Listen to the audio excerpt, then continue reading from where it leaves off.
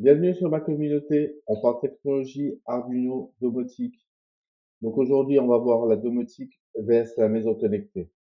On va apprendre à faire la différence entre les deux. Nous arrivons au stade où tout le monde veut répondre à ces trois questions. Comment puis-je maîtriser ma consommation d'énergie?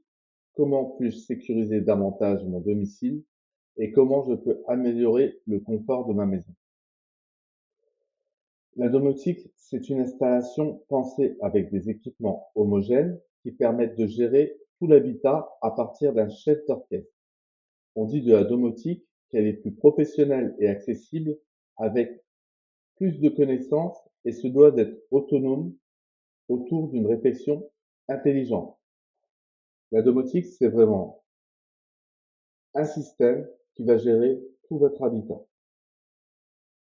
La maison connectée, elle, c'est un ensemble d'équipements que vous avez partout dans la maison qui utilisent Internet, le Wi-Fi, qui permettent de gérer différents éléments avec différents produits ou différentes marques.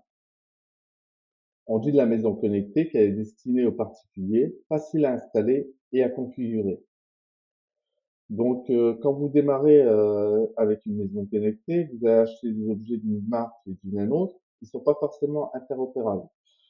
Donc, avec l'évolution, vous verrez les choses différemment et vous allez vous fidéliser sur une marque en particulier parce que vous avez une certaine affinité.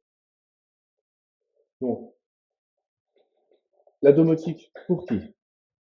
Si vous construisez ou rénovez en profondeur, vous souhaitez une solution intégrée, fiable et évolutive pour gérer l'ensemble de la maison. Éclairage, chauffage, sécurité, énergie. La domotique, c'est un choix idéal.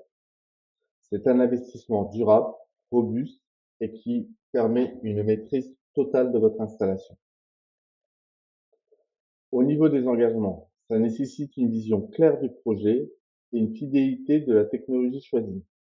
C'est-à-dire que certaines technologies vont être privilégiées par rapport à leurs caractéristiques, par exemple basse consommation, filaire, Wi-Fi ou sans fil. Des choix vont être faits par rapport à ça, sachant que on peut toujours modifier en futur. Au niveau des coûts initiaux, ils sont un peu plus élevés au niveau matériel et au niveau formation et apprentissage, mais ce qui est bien fait n'est plus à refaire. Une domotique bien conçue dès le départ élimine les compromis futurs. Donc vous voulez vous mettre à la maison connectée. Donc pour qui est fait la maison connectée? La maison connectée est faite pour les particuliers qui veulent faire un usage basique de solutions flexibles et accessibles. Donc ça permet aussi de monter progressivement en compétences, de commencer avec un coût modéré sur des équipements plug and play, et de faire évoluer tout ça au fur et à mesure avec les composants que l'on va rajouter. L'effet boule de neige, c'est que vous allez commencer par acheter un équipement, par exemple une caméra. Après, vous allez vouloir en acheter une deuxième. Après, vous allez vouloir acheter des ampoules connectées. Et au fur et à mesure, vous allez, euh, vous allez amasser une tonne d'objets connectés et vous aurez certainement l'aspiration d'aller vers une maison domotique. Donc, ce qui est fait, faire ou défaire, c'est savoir ce que l'on veut. Donc, la maison connectée est parfaite pour débuter, mais gare aux escalades d'achat d'équipements de plus en plus conséquents.